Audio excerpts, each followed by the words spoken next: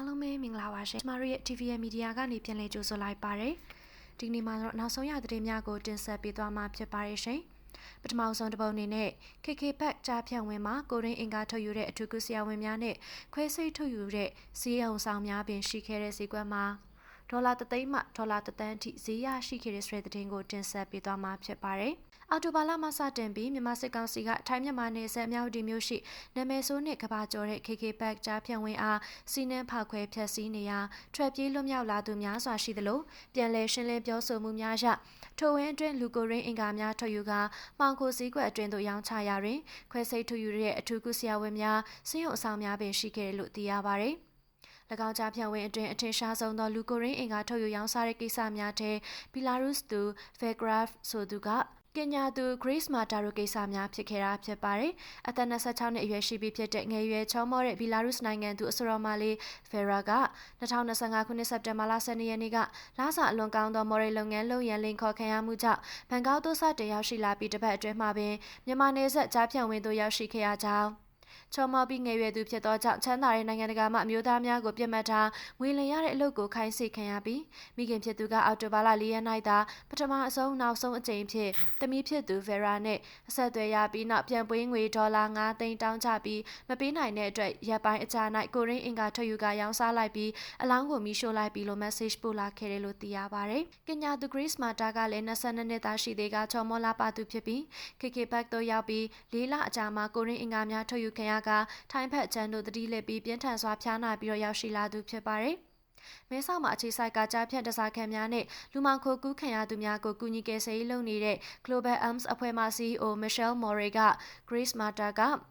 KK Pack စီယုံမှာတရားမဝင်ကိုရင်းအင်္ဂါထုတ်ယူခံရပြီးမဲဆောက်တို့တတိလက်ရောက်ရှိလာကြောင်းမိသားစုနဲ့တွေ့ဆုံနိုင်ရဆက်သွယ်ပေးပြီးအသက်ဆက်နိုင်ရေးအသက်ကူကရိယာများတက်ဆင်ထားရှိပြီးတော့လဲညီတို့မြမရှင်တန်နိုင်တော့တဲ့အတွက်အသက်ကူကရိယာများကိုသူမကိုယ်တိုင်ဖြုတ်ခဲ့ရတယ်လို့ပူလစ်ဇာစင်တာသို့ပြောကြားသွားခဲ့ပါတယ်အသက်24နှစ်အရွယ်စိုက်ဘေးရီးယားသူဒါရှိနီမာအိုချာနီမာရီကာကိုလည်း KK Pack ကြားဖြန့်ဝင်ထဲ၌ပင်ကိုရင်းအင်္ဂါများထုတ်ယူရောင်းစားရန်စီစဉ်ခဲ့သေးတော်မလဲထိုင်းရှိရုရှားတန်မတ်ကြီးတိုမီခင်ကိုရိုင်းဂျောင်းဝင်စစ်ဆက်ရမှအောင်မြင်စွာကဲထုတ်နိုင်ခဲ့တဲ့မှတ်တမ်းများရှိခဲ့ပါတယ်။အခုနောက်ဆုံး KK Pack ကြားဖြန့်ငရဲခံမှလွန်မြောက်လာတဲ့ရုရှားသူကေစီနာပန်တီလီဗာကမိမိသည်လည်းထိုင်းမှာဘာသာပြန်အလုံးလိုလင်ခေါ်ခံခဲ့ရပြီးလက်နက်ကိုင်စစ်သားများကတောင်ရင်းမြစ်ကိုဖျက်ကျော်ခိုင်းပြီးတော့ KK Pack တို့ခေါ်ဆောင်ခဲ့ကြောင်းKK Pack မှ2မိနစ်သွားစာအကွာဝေးရှိတဲ့ပေါ်လင်းလို့ခေါ်တဲ့အဆောင်မှာအလုပ်လုပ်ရကြောင်းထိုဆောင်မှာလူများကိုရိုက်နှက်နှိပ်စက်တဲ့အဆောင်ဖြစ်ကလိမ်လည်မှုအလုပ်ကောင်းစွာမလုပ်နိုင်သူများအားပို့ဆောင်နှိပ်စက်ရာအဆောင်ဖြစ်ကထို့သို့နှိပ်စက်သည့်တိုင်းထက်မို့အသုံးမဝင်နိုင်တော့လျင်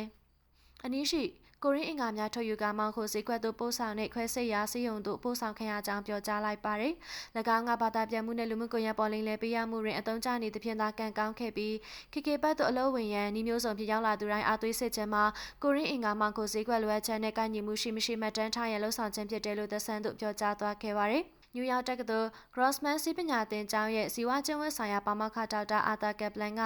ကိုရင်းအင်္ဂါထုတ်ယူပြီးမှောင်ခိုဈေးကွက်မှာရောင်းစားခြင်းမှာလွယ်ကူတဲ့လုပ်ငန်းမဟုတ်တော့ကြောင့် KK Pack ကြားဖြန့်ဝင်အတွင်းအထူးကုဆရာဝန်များခွဲစိတ်စည်းရုံအဆောင်များရှိမည်မှာသိချကြောင်းအလွန်ခေတ်မီသောပြင်ဆင်တည်ဆောက်မှုရှိုံများနဲ့လှုပ်ဆောင်နိုင်စွမ်းရှိတဲ့ဖြစ်တာဖြစ်ပြီးတော့ထုတ်ယူခံရတဲ့သူကကျန်းမာပြီးငယ်ရွယ်ရမယ်ခွဲစိတ်မှုမှာစောင့်ကြည့်ရမယ်ဆေးဘက်ဆိုင်ရာပညာရှင်များစွာပါဝင်တယ်လို့သုံးသပ်ပြောဆိုသွားပါတယ်တရုတ်နိုင်ငံကမြန်မာနဲ့အိန္ဒိချင်းဖြစ်နေခြင်းကကိုရင်းအင်္ဂါမောင်ကိုဈေးကွက်အတွက်လူကိုရင်းအင်္ဂါများကိုအဆိုပါကြားဖြန့်ဝင်များတွင်သို့ထုတ်ယူပြီးပေးပို့ရန်အချိန်မီနိုင်ကြောင်းအချိန်မမီတဲ့ဝေးလံမှုရှိရင်ကိုရင်းအင်္ဂါအစားထိုးမှုမအောင်မြင်နိုင်ကြောင်းကမ္ဘာမှာကိုရင်းအင်္ဂါခွဲစိတ်လဲလှယ်ရန်လိုအပ်သူစုစုပေါင်းရဲ့10%သာလှူဒန်းသူများထံမှရရှိနိုင်တဲ့အတွက်ကိုရင်းအင်္ဂါမောင်ကိုဈေးကွက်သည်အလွန်ကြီးထွားလာနေပြီးအများအားဖြင့်ဆင်းရဲလွန်းနေတဲ့အတွက်ဆန္ဒအလျောက်ကိုရင်းအင်္ဂါထုတ်ရောင်းသူကမောင်ကိုဈေးကွက်မှာအများပြားဆုံးဖြစ်ကြောင်း၎င်းကပြောပါတယ်။အဲဒီနောက်မှာ KK Pack ကြားဖြန့်ဝင်အတွင်းမှအာတမကိုရင်းအင်္ဂါထုတ်ယူရောင်းချတဲ့လုပ်ငန်းများမှရရှိကြောင်းမောင်ကိုဈေးကွက်၌ကြောက်ကက်ကဲ့သို့သောကိုရင်းအင်္ဂါတစ်ခုတန်ဖိုးသည်ဒေါ်လာ3 သိန်းမှဒေါ်လာ10 သိန်းထိဈေးပေါတဲ့အတွက်ကြားဖြတ်ကွန်ရက်များ၌လိုအပ်တဲ့ဝယ်လက်ရှိပါကကိုင်းညီသူများထဲမှကိုရင်းအင်္ဂါထုတ်ရောင်းစားတယ်လို့သုံးသပ်ပြောဆိုသွားခဲ့တယ်ဆိုတာကိုလည်းသိရှိရပါတယ်ရှင်။